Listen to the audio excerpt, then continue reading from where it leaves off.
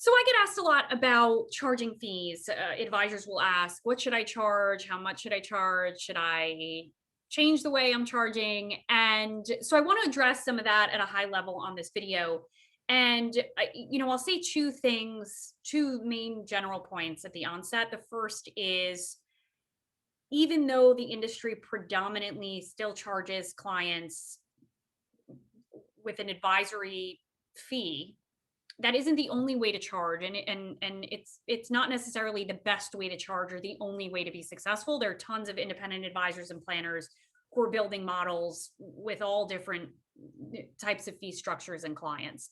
The second thing I'll say is, there's a misconception about fees. There's a misconception that advisory fees have contracted. The reality is asset management fees have compressed, obviously. I mean, clients can get a investment management experience at a robo advisor for 0 basis points now and a subscription fee.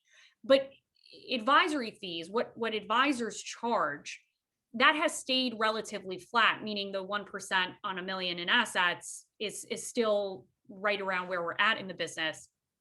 The advisors who've had the least amount of problems with fees and fee sensitivity and aren't really having those conversations are the advisor, and I talk about this a lot, the advisors who've redefined for the client what wealth management means versus what investment management means.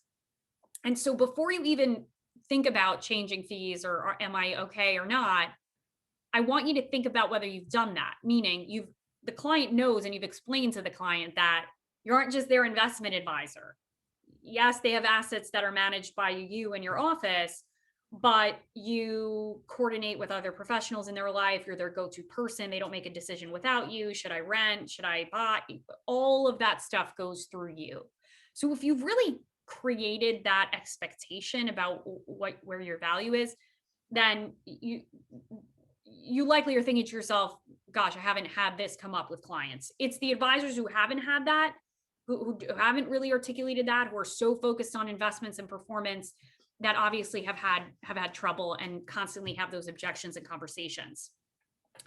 The caveat I'll make is that if you're genuinely thinking about this, a lot of times advisors will start coming up with, like, should I change my fee? Should I not? Because they're reading a lot of stuff in our industry. And so I'll ask you, if you're thinking about restructuring, make sure strategically that it is aligned with either a threat or opportunity you see in the business as a business owner, and or aligned with a challenge that you think you're going to face as it relates to the consumer, or a need that the consumer or the future consumer has. And so if you don't have any, if neither of those are things that you're thinking about, then I would rethink whether you really need to change the way you, or revamp the way you charge for services. Now, if you're thinking to yourself, wow, I want to get ahead of the next gen consumer, and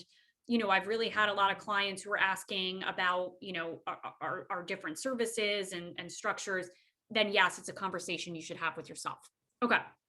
So as I said, the overwhelming majority of the time, advisors are charging advisory fees. They're charging a fee on assets that they manage. What I would say is that it's perfectly okay to do that. The problem, again, is wealth management has been diluted by firms that say they do wealth management, do investment management, and charge clients 1% or 1.25%. And it's sort of ruined it for the advisors who are actually planning actively and doing sort of comprehensive wealth management. For those advisors, if you're doing everything, I would recommend looking at your business and structuring your services and corresponding fees, not based on the services you offer, but based on the various psychographic profiles that exist, consumer profiles that exist in your business. Meaning, you have your clients who are business owners, you do everything for them. You have your, sort of run of the mill, regular, affluent client who, has assets with you and doesn't have a whole lot. And then maybe you have your, the next gen client that is the child of your current clients. And so it's better to look at the clients and align services to them, rather than the reverse. So that top tier of client, one thing I'll say, and this is a number I always throw out there, you should aim to, especially for your, your standard client relationships, you should generate 10,000 or more in revenue on your client relationships. And now as you go up in terms of, the segment, you may get a little bit higher than that, but you want to generate, 10,000 on your household relationships. Now, so here's the first tier. This is the comprehensive client. You're delivering advice to them. They have a complex situation. You're delivering advice. You are going to be doing a whole lot in terms of understanding their business, in terms of mapping out, the various pathways that exist for them from a succession standpoint in their own business, from a personal finance standpoint, organizing their financials with their client, with their family, et cetera, et cetera. I would separate the planning fee from the advisory fee. The average planning fee right now is probably about 3,000, maybe a little bit more. I would say anywhere from 3 to 7,500 for your sort of affluent type of family with a complex situation is fair. And you're saying to them, look, and by the way, behind the scenes, that upfront planning fee, and I don't recommend an ongoing planning fee if you're not doing too much to change the plan, obviously, on an ongoing basis. That upfront planning fee should subsidize what it costs to actually get this stuff organized and up and running in the first year, and then a little bit of revenue subsidized year after that. But hey, here's to really get you into a good place and lay everything out and provide the objective guidance and advice and talk you through that. This is what we charge for that. The thinking, if you do want to implement with us, is we'd move forward, we bring over your assets, we start managing your assets get charged through an advisory fee. That's a tiered fee from 70 basis points up to 125 basis points, depending on how many assets you have. And I would say that's a standard structure: 70, 80, 90, 100, 125. When you have clients that have over 5 million in assets to invest with you, maybe you're looking at a customized fee, but easiest way to do it is tier your fee structure, and clients get plugged in, very transparent, easy to understand. The other thing you have to, as you're talking through that and thinking through that, if these clients require, and assess the clients that you currently have now in your book of business. If we were to put an hourly rate on what you do and the amount of stuff that you do for them and service you provide and the services that all your other team members provide to them, is that advisory fee profitable for you? Are you able to generate, 10,000 in revenue and, net an amount close to that if we look at what you do for the client on an ongoing basis? If not, on just the advisory fee, then we have to rethink that structure. But for the most part, you charge the planning fee up front, the advisory fee sort of covers the rest.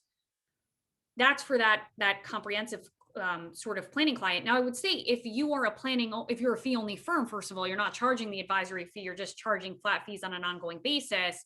There are firms that do that. I would say the majority are the first one I just described. So that's your top client.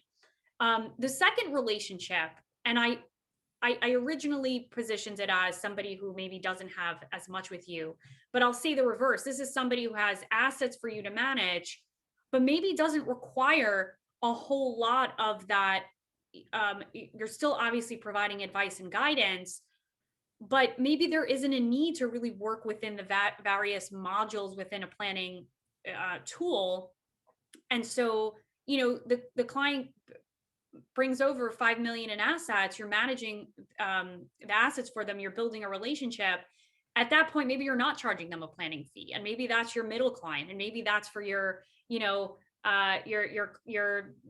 one group of clients. Maybe it's not a business owner client, but maybe it's your executive clients or your divorcee clients or whatever it is. So that's your second tier. And then your third tier is your subscription offering.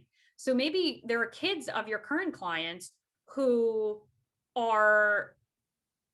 want to engage with you. You certainly want to engage with them. You want to be fair to the client and talk to their kid or their whomever, but there's no real assets to manage and there's no scenarios to really run for them. that would be a subscription fee client. So imagine charging 50 bucks a month or whatever it is to, the 19-year-old or 20-year-old of your kid, of your client, and they're affiliated with your company. Maybe you're starting them with some small accounts. Maybe they have 2 conversations a year with one of the associates on your team, their go-to person who they can download all of their thoughts and information to. Maybe they're emailing back and forth, but they are getting used to the idea of paying a fee for advice, and that's the key here. Eventually that person may graduate to that, investment advisory fee only sort of relationship, or eventually to the planning and advisory fee when it's service, when it's really time to kick off sort of that bigger planning relationship. But the point I'm making here is that there is a way in which you can sort of use all of the ways to charge into your overall service structure, and instead allow the client to self-select into the model that makes most sense for them, knowing that whatever model they choose, they are clear on the service that they're getting, and they're not paying a $50 a month subscription and expecting to get, a 100-page objective financial plan that you're running through with them, 4 times a year. Okay, so I hope that was helpful. Just know that likely what you're thinking about in terms of how you're charging is fair and accurate. That's most of the time I see that from advisors. They worry they're, overcharging. Most advisors are undercharging. I hope this was helpful. Let me know, give me feedback about what you're seeing and what you're doing. And I will see you next week. Same place, same time. Take care.